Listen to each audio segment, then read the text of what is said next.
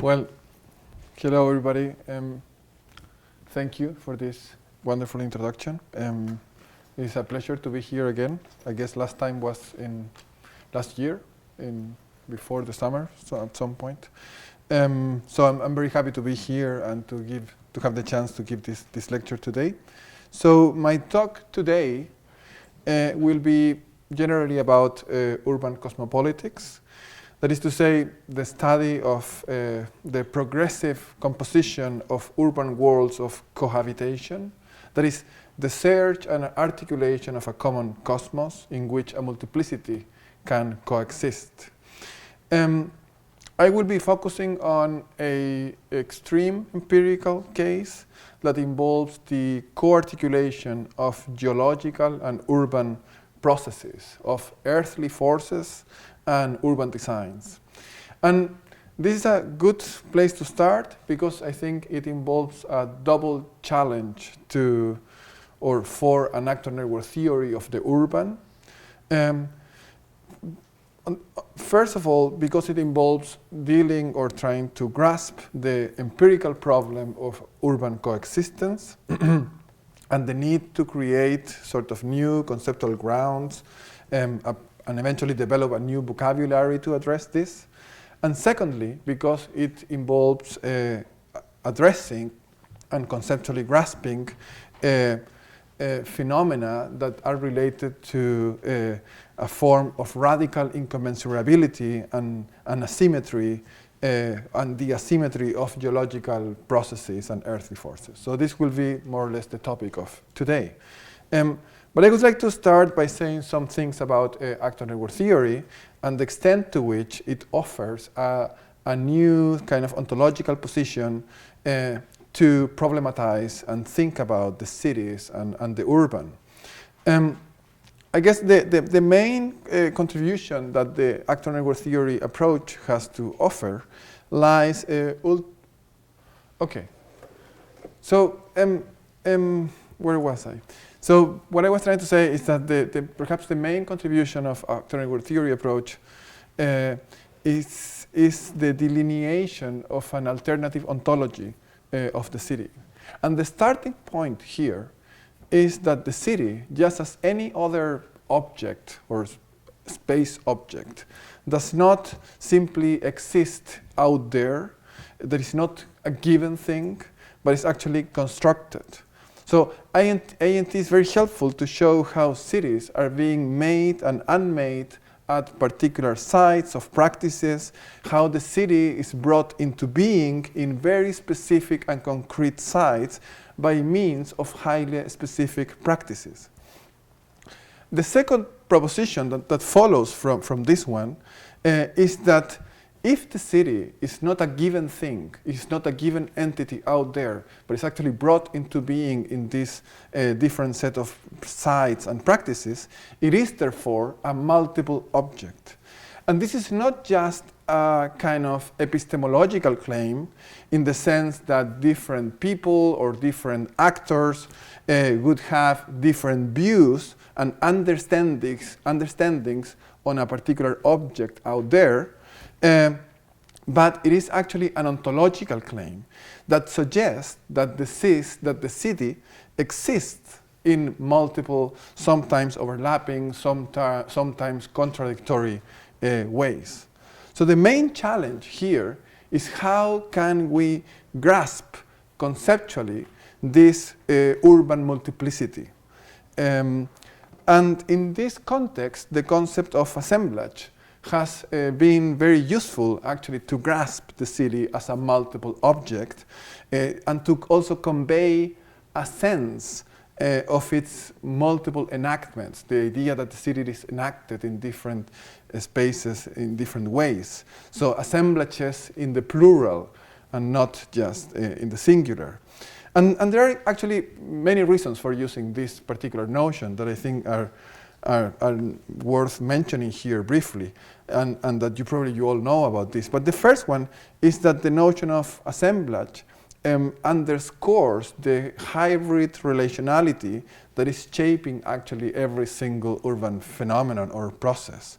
It is underscoring how heterogeneous connections between objects, spaces, materials, machines, bodies, subjectivities, concepts, and so on and so forth, assemble the city in particular ways. Beyond this, a second kind of perhaps key element is the idea of the topological, the idea that assemblages involve an understanding of space that is not just topographic, that is not just the kind of an Euclidean sort of space, but it invites us to study and to explore topologies of relationships that do not depend on physical proximity or on scalar arrangements among the different components, and thus topologies that challenge kind of simplistic notions of near and far, or the local and the global, as though these were kind of given spatial features. So the key feature, actually, beyond these two, of the notion of assemblages and why it helps us to think the city as a multiplicity is also that it conceives the relationships between the different components of an assemblage as relations of exteriority. This is basically a kind of Deleuzian point about the nature of assemblages, and it's making the point that assemblages are emergent things. So assemblages rely upon the capacities that entities have, from rocks to concepts, to establish emergent relationships and configurations. And the point is that we cannot know what these capacities are in advance. So the distinction with which Deleuze is working here is the distinction between the notion of property as something that is attached to an entity, and capacity, that is something that emerges when this entity comes in contact with something else. So assemblages are based on the capacities that things have to become something else. And as such, the fact that different entities, humans, non-humans, and so on and so forth, enter in this kind of relationships does not affect the capacity of those entities to enter in other sort of relationships, to sort of simultaneously participate of various assemblages in different capacities. So the idea that the different entities populating a city are coming together in different assemblages in different capacities at the same time. This is a very old point, if you want, in science and technology studies, when people were discussing for example, what are infrastructures. And then Susan Lee Starr, for example, one very important scholar in this field, was suggesting this kind of relational understanding of infrastructure, saying that one person's infrastructure can be someone else's or another's obstacle, right? So the same piece of whatever highway, it can help you to sustain a particular practice while at the same time be an obstacle for a different practice. So this entity, so to speak, the highway, has the capacity to be an infrastructure and has the capacity to be an obstacle and whatever, destroy something. So these capacities that entities have is what sustain the idea that assemblages or that cities can be understood as a multiplicity of assemblages, in which the entities are being part of assemblages in different ways, in different capacities, but at the same time. So cities, basically, this is what we're saying, are multiple. but not in the sense that they have different systems or different layers whose elements do not touch, but this is a multiplicity of existence, as I was explaining before. And it is in this sense that urban assemblages in the plural allow us to grasp the city as a multiple object. So the interesting point, having said this, is how to think the politics of urban assemblages. Which kind of analytical entry points and conceptual repertoires do we need to elaborate to actually grasp the ontological politics of urban assemblages? I think it is crucial to kind of understand the empirical problem that we are dealing here. And one way of doing this is showing how the problem of the political, which I want to discuss under this notion of urban cosmopolitics, it actually differs from the urban assemblages argument that I just summarized for you.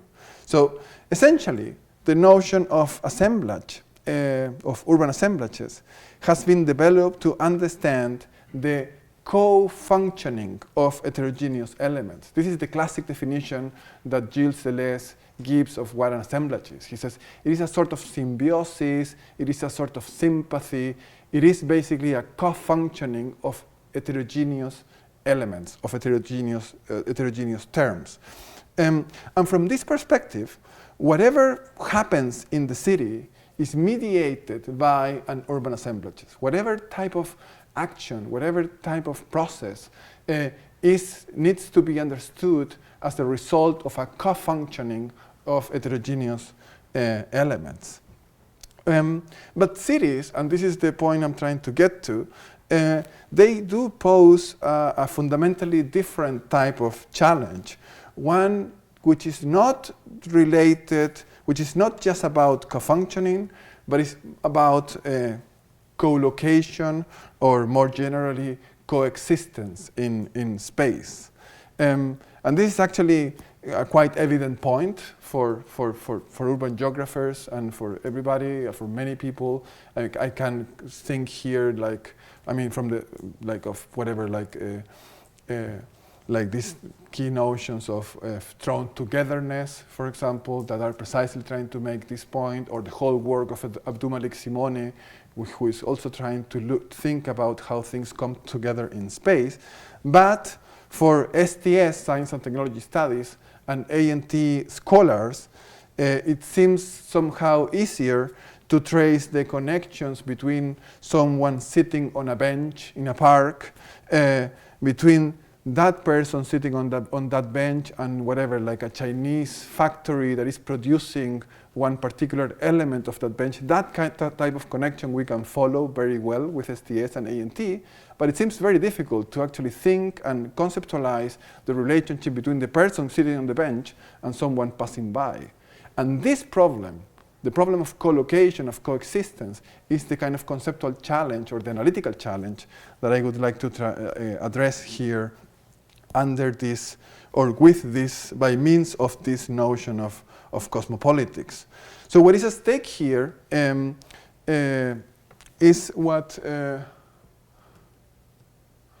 so this is what basically what Bruno Latour, following Isabelle Stengers, a philosopher of science, has called cosmopolitics, and it involves basically conceiving politics as the search and the provisory composition of common worlds of cohabitation. I mean, just for the record, I think it could be very important here to distinguish this notion from the kind of, from cosmopolitanism, right? The kind of cosmopolitan ideal that we find in Kantian ethics, and that underlies the idea of eternal peace. I mean, for Kant, or Kant assumes that a more inclusive politics should be based on a cosmos that is based by two key elements.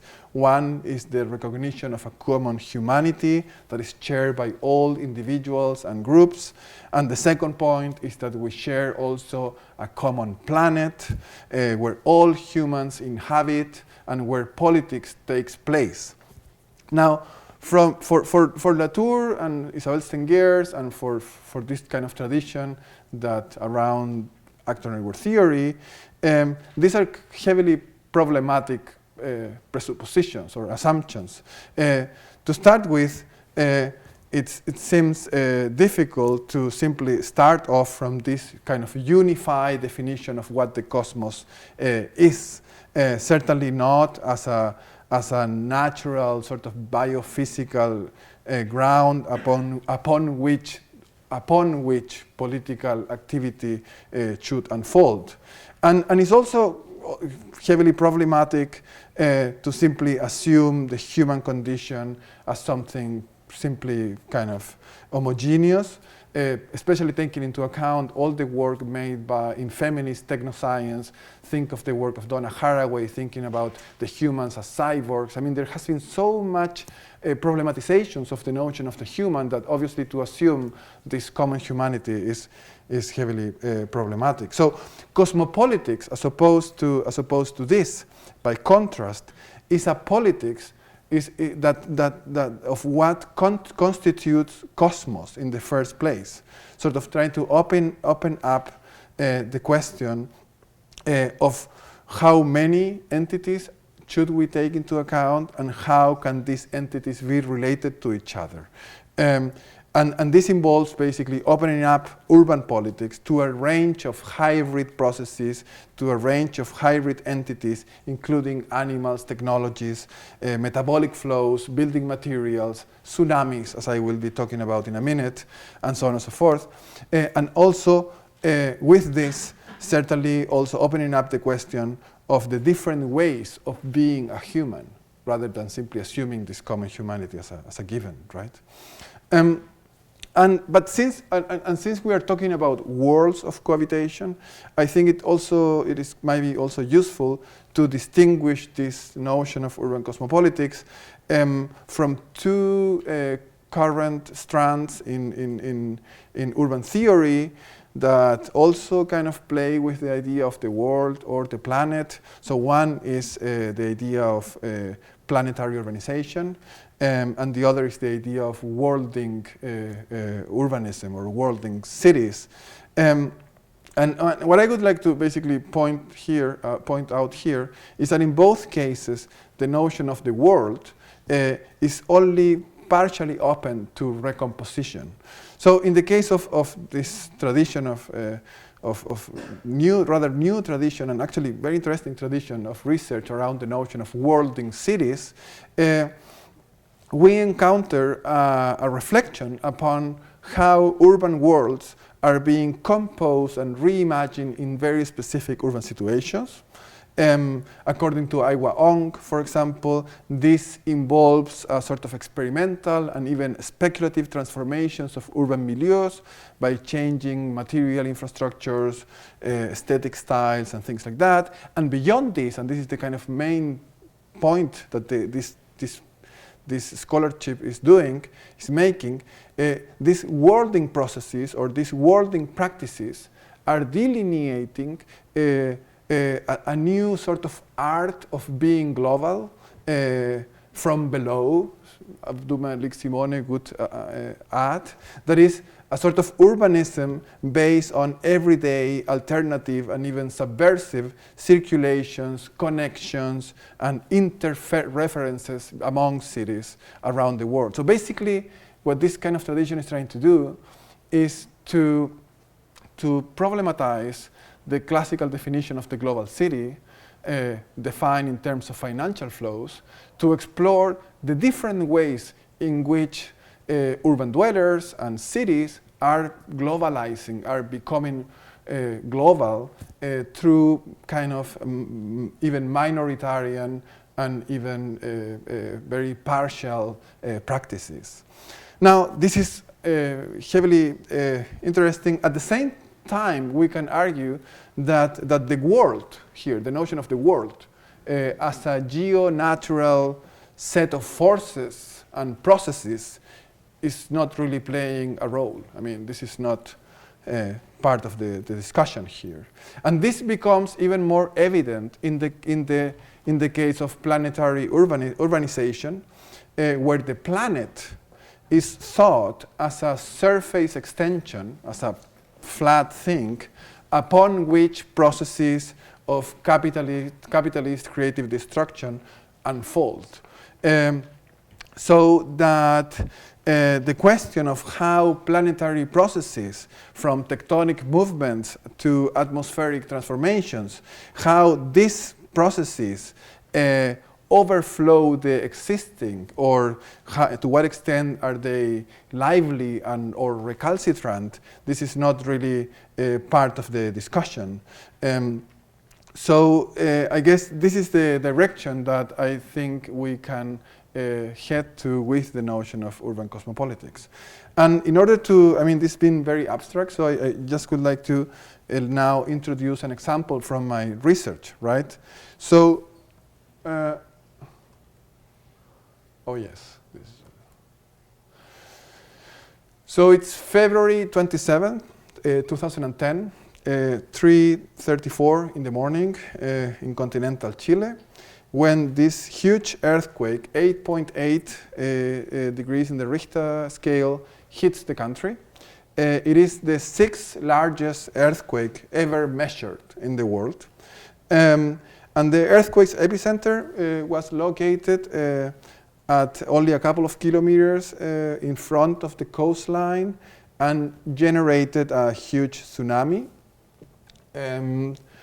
The first tsunami waves arrive only 15 minutes after the earthquake, and it lasts for many hours. The tsunami system, the tsunami warning system collapsed that night. I mean, monitoring stations were destroyed by the waves, even before any data could actually arrive to the control centers. And the technical operators failed to interpret the lack of data as related to the happening of a tsunami. So the kind of default tsunami alert that is generated immediately after an earthquake happens, it was canceled an hour after the earthquake. So 5 cities with more than 100,000 inhabitants, 45 small cities, larger than 5,000 inhabitants, and almost 1,000 villages and settlements were declared by the government to have been severely destroyed. This is the Chato, for example, before and after the tsunami. So according to the official estimates, circa 370,000 housing units, 4,500 schools, almost 60 hospitals needed to be rebuilt and repaired. The most affected areas were located in the 32 municipalities of the regions Maule and Biobío, in the country's south-central area. I mean, Maule and Biobío over there.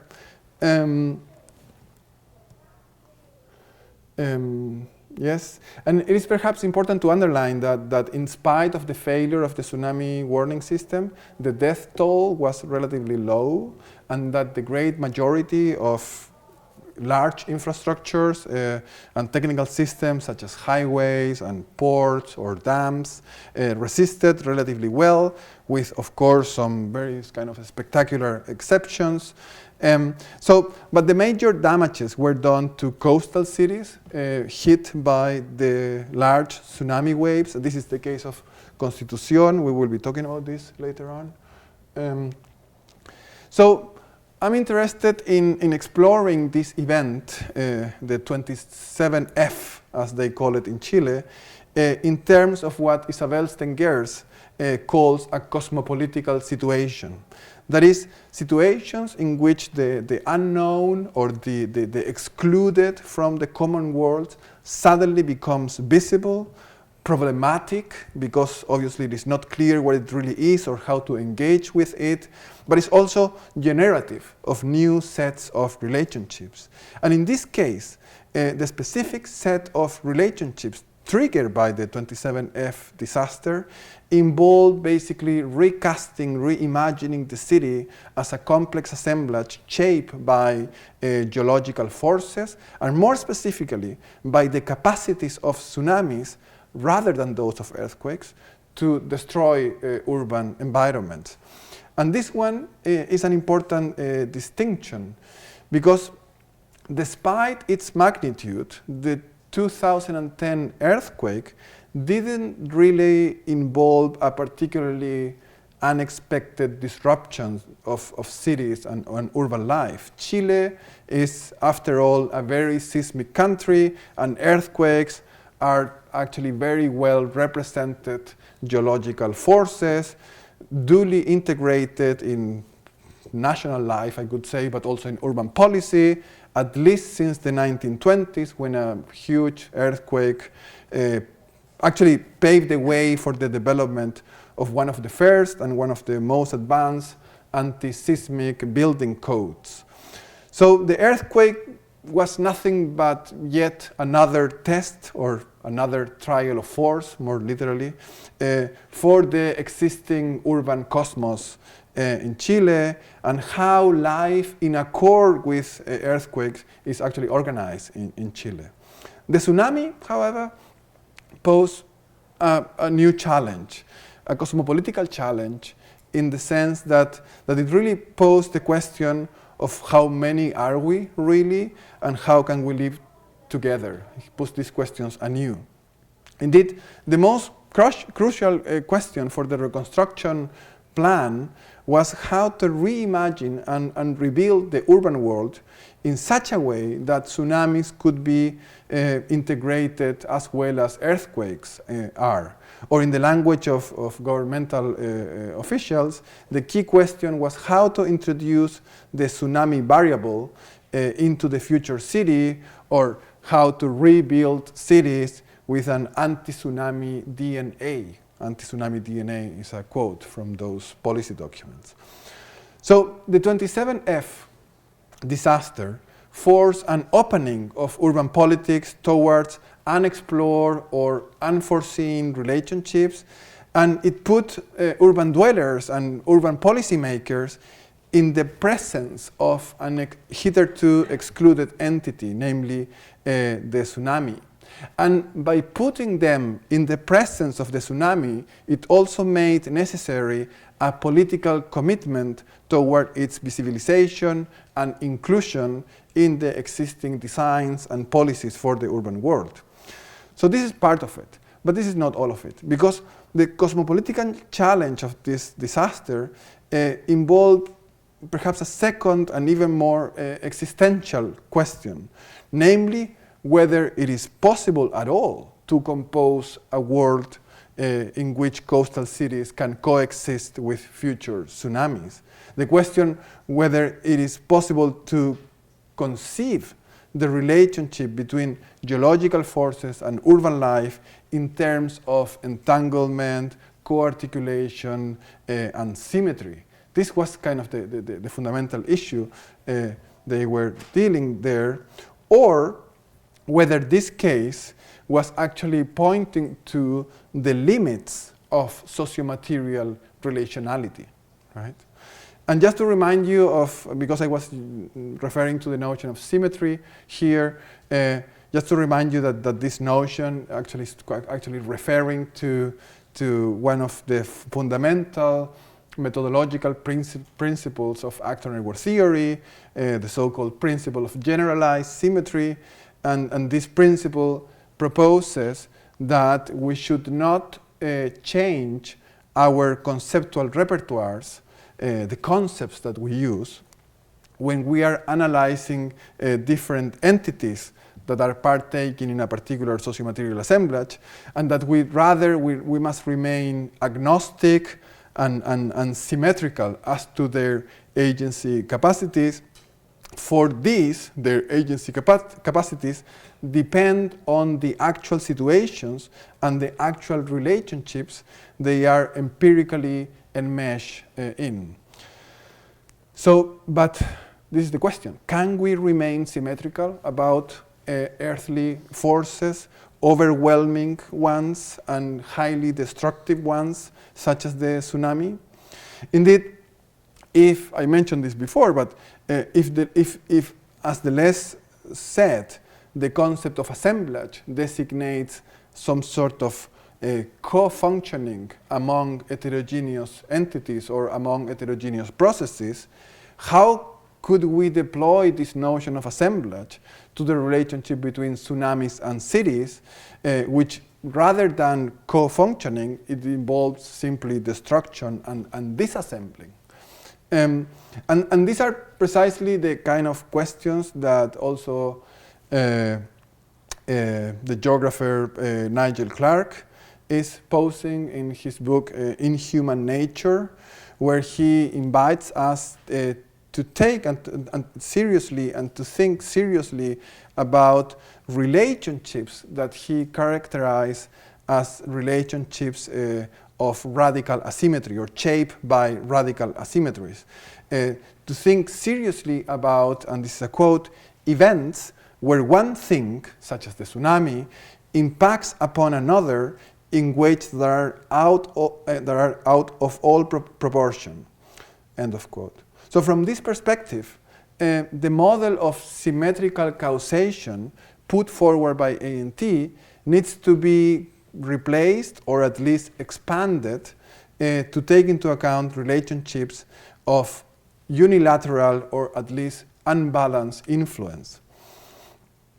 So the relationship, the relationships humans maintain with earthly and geological processes are indeed the prime example of that radical asymmetry Nigel Clarke, sorry about that, is talking about.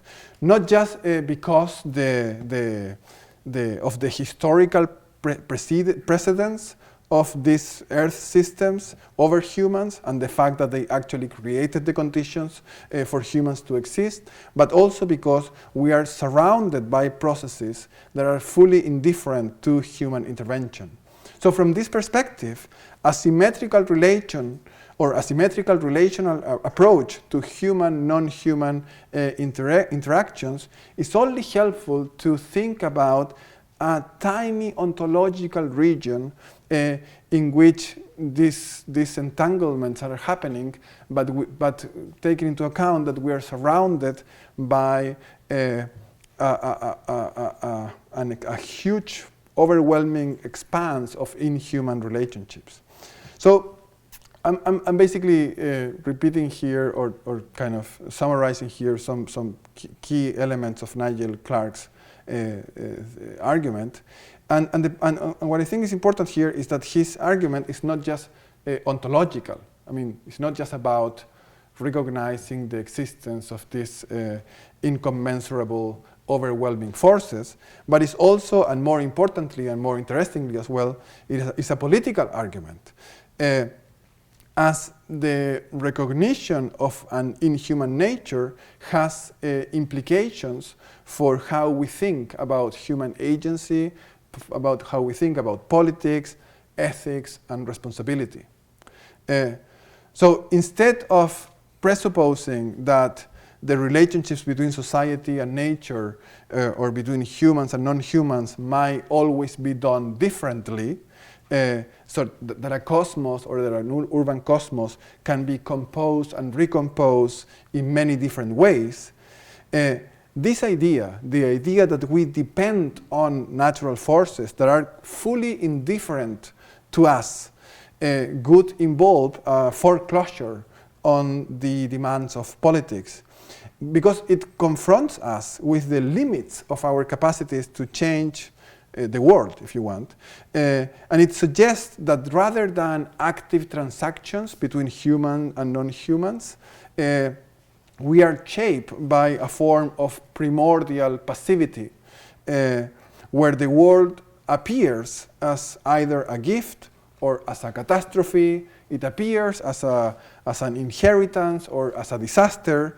But in either case, these are conditions that we receive and we have to deal with without having much of influence on them, right? Or to quote Nigel Clarke here again, to accept that we will be called upon to respond to things for which we are not responsible, end of the quote.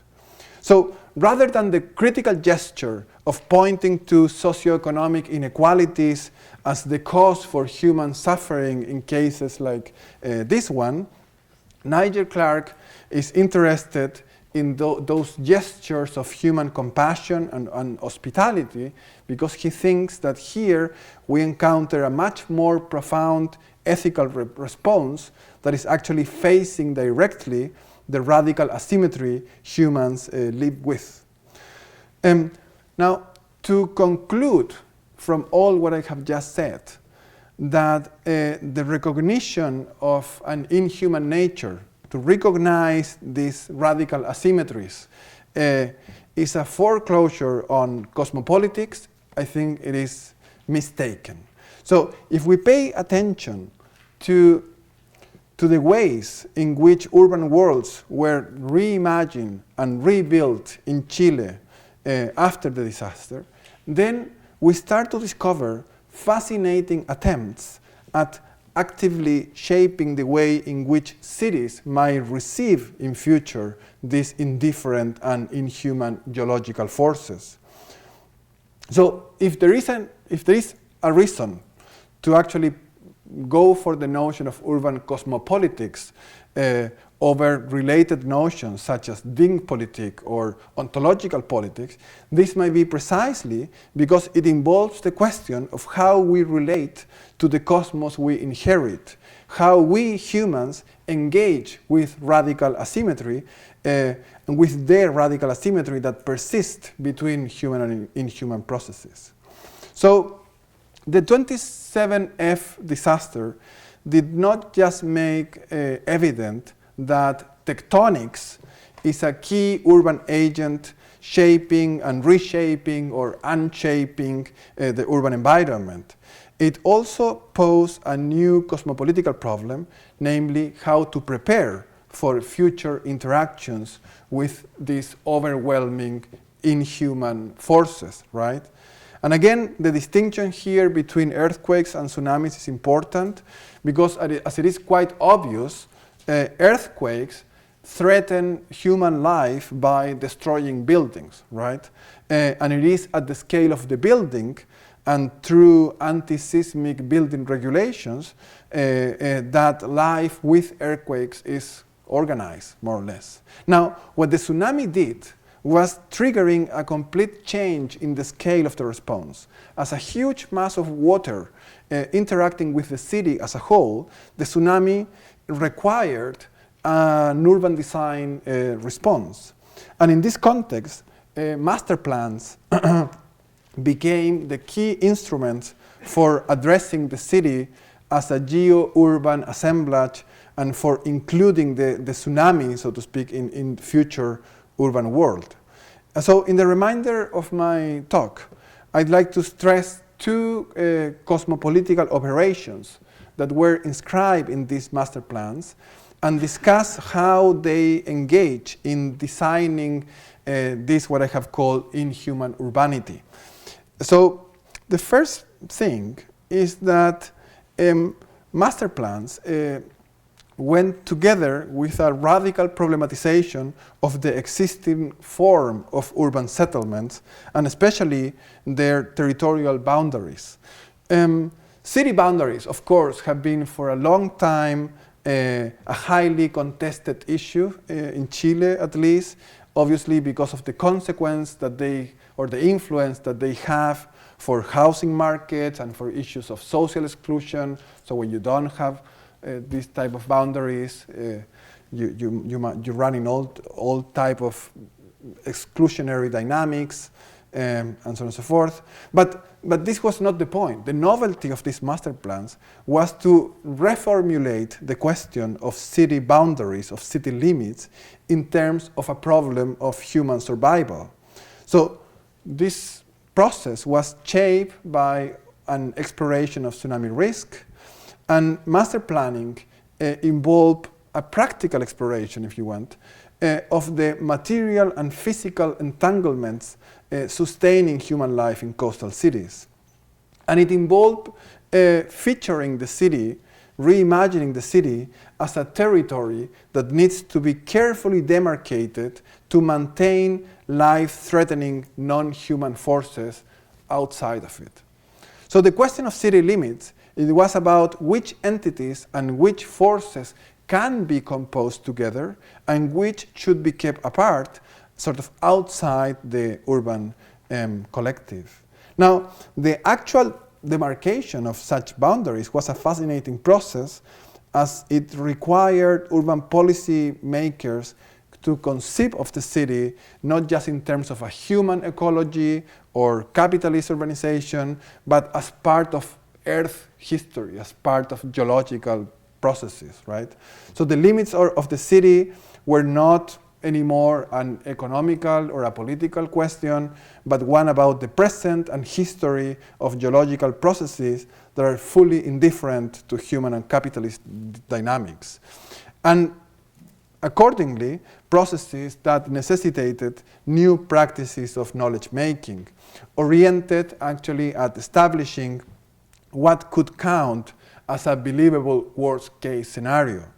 So this is, however, a highly complicated issue of the whole worst case scenario. What is a worst case scenario? For the local effects of a tsunami depend on a large number of variables, such as obviously the magnitude and location of the earthquake, but also it's about the hour and the sea tide, and it's also about the form of the sea ground and the geography of the coastline and the slope and the rugosity of the Earth's surface, and so on and so forth.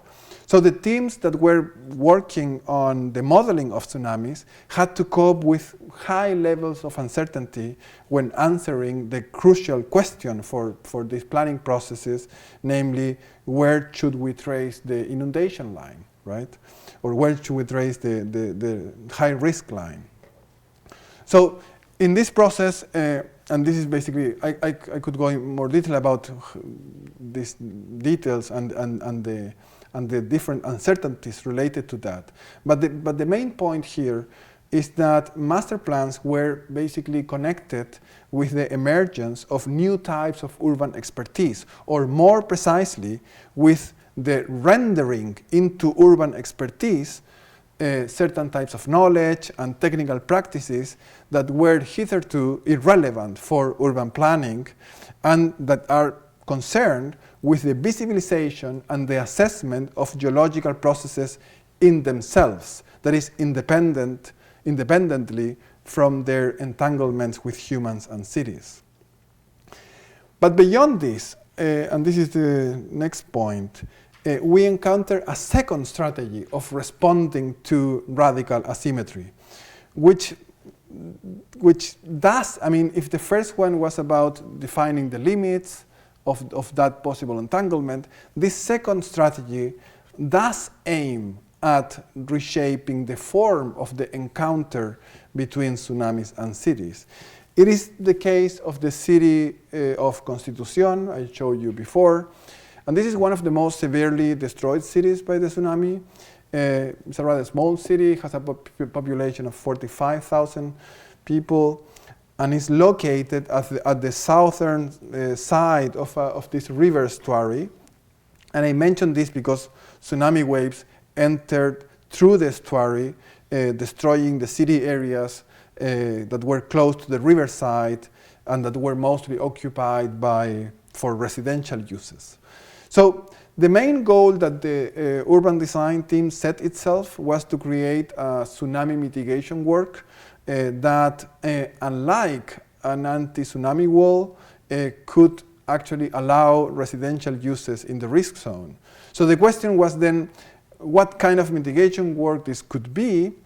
And as I said before, building an anti-tsunami wall, which had to be many meters high, was considered a rather bad solution, and not just because of its negative aesthetic effects on the river landscape. The main problem is that anti-tsunami walls, and we have seen this in Japan, can be overflooded by large tsunamis, and when they are overflooded, they start working as dikes, impeding that the water that enters the city from flowing out again. So this was considered a big problem.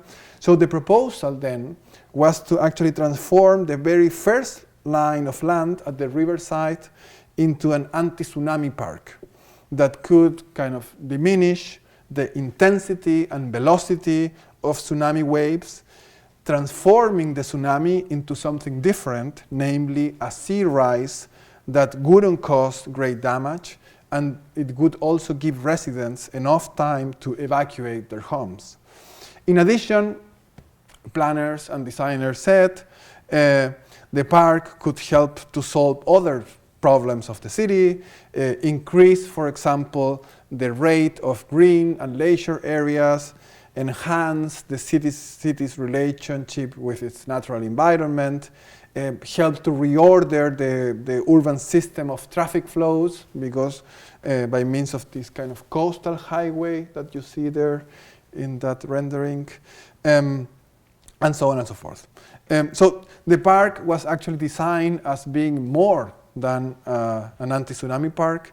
It involved actually a whole imbroglio of urban relationships between different entities, uses, and dynamics, and it ended up kind of proposing a new way of composing urban life as a whole in Constitución. Needless to say, the park also sparked a number of public conflicts and controversies, especially among those who needed to be expropriated, who also engage in technical controversies concerning the capacities of certain material entities to make urban life with tsunamis possible.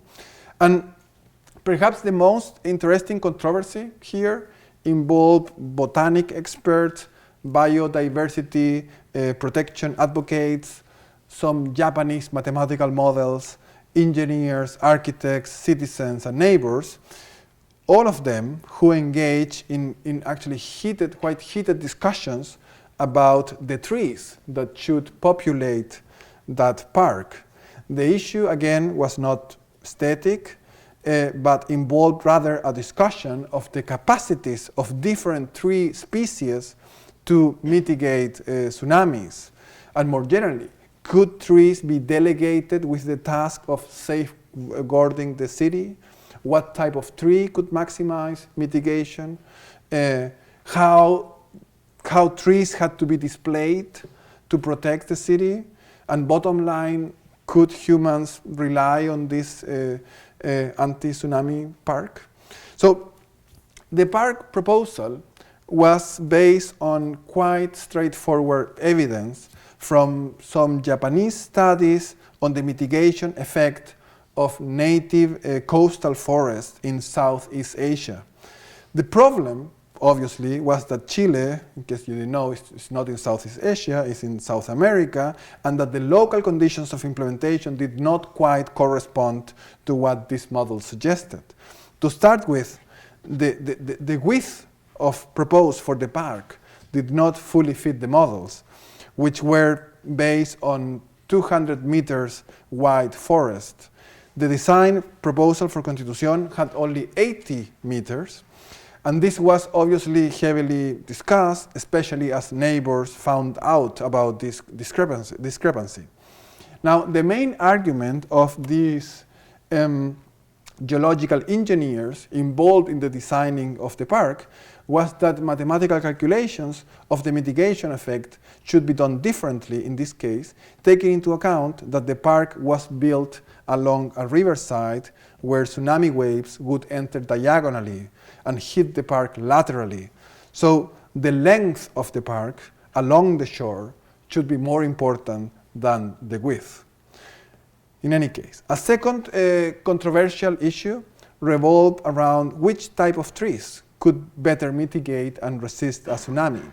Now, Southeast Asian models consider a native coastal forest with a high saline resistance, low hydrological requirements, long roots, and very strong trunks. Accordingly, the first proposal to raise a park was to raise a park with species of the native Maulino forest, which require very little water, very little care, so also the cost of maintaining the park would be kept low, right? Besides, the Maulino forest is in danger of extinction, so the park would also have conservational and even educational functions. Now, the urban engineering company that was hired to prepare and to actually supervise the construction of the park heavily questioned these plans, as they realize, or they argue, that these plans were founded on a complete fiction, because in central Chile, they claim, there could be simply no native coastal forest. One could find native species of bushes, plants, and even some trees scattered along coastal areas, but no forest. In their eyes, the original project would actually involve creating an unnatural conservationist monster whose mitigation performance would actually be suboptimal. Instead, they propose having a highly dense core of exotic species that would grow very fast and mitigate even more.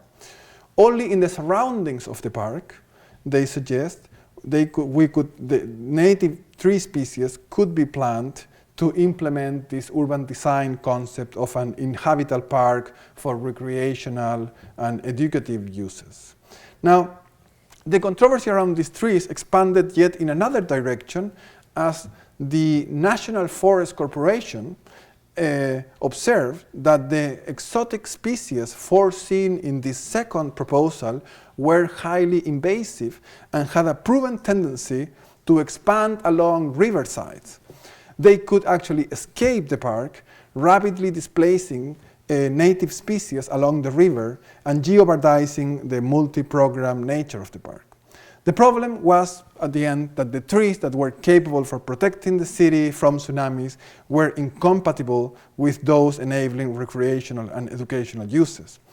And finally, as you might have noticed, I've been slowly going from talking about a park and talking about a forest. So the distinction between a park and a forest was very fluid in these conversations, and it became very problematic. The thing was that, considering the insufficient width of the park, engineers realized that they needed a tree density that was 6 times higher as they had originally proposed. They were counting with 3,000 trees per square kilometer.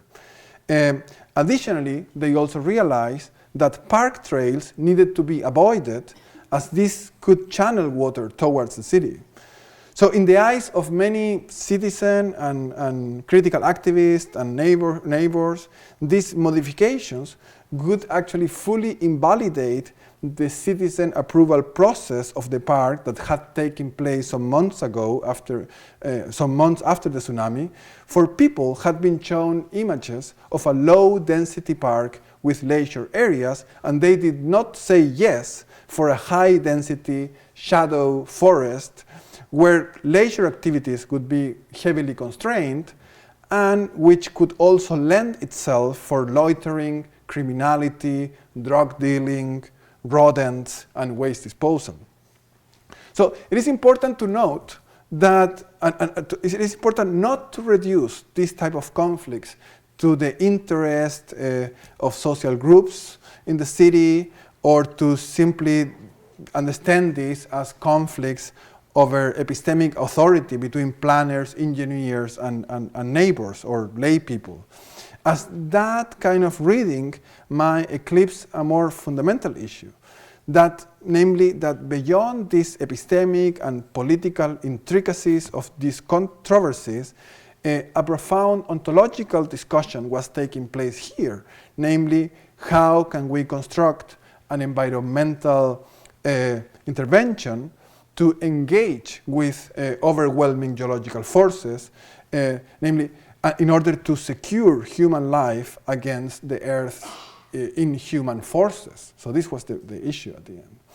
So I think that the case is, in that regard, really fascinating because it forces us or invites us to think about cosmopolitics across situations of radical asymmetry and about these provisory attempts at composing a world for human tsunami cohabitation based on a form of what I would like to call inhuman urbanity.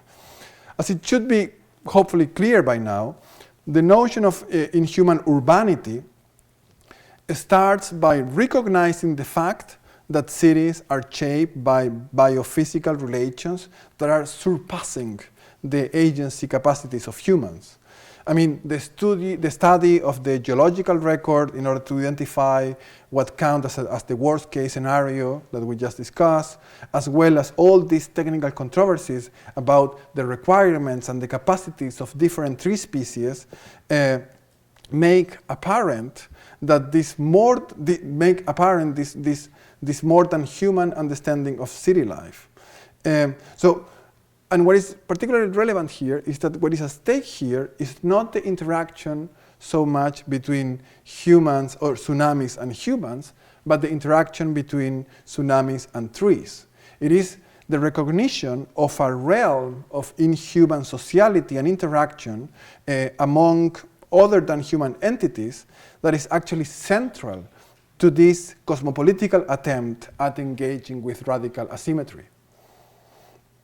Now, this is perhaps paying more attention to the notion of the inhuman, but if we put now the emphasis on the notion, on this old notion of urbanity as a notion that somehow relates to the good life and to the good manners that one should have in public space. Inhuman urbanity, this notion, is also useful to describe the expected outcome of these geo-urbanistic interventions.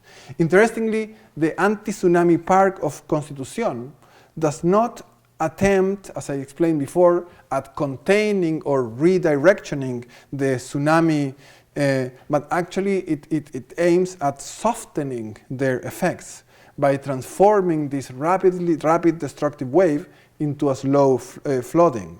So the aim seems to be creating geographical conditions for inhuman forces, such as a tsunami, to behave with a certain urbanity when they enter the city.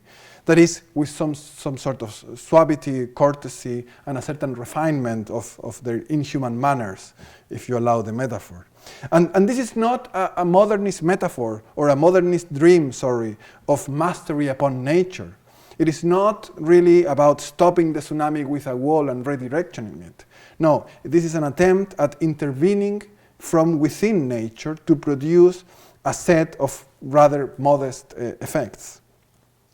Finally, if we look at the work of these urban designers and planners that were involved in the design of this anti-tsunami park, it also becomes clear that the aim is not just about mitigating future tsunami waves. The aim is rather to help to produce an urban natural environment that fosters a specific human way of life, one that is shaped by equally accessible infrastructures, equipped with green infrastructures and leisure amenities, and so on. All things that heavily depend on the achievement of this inhuman urbanity.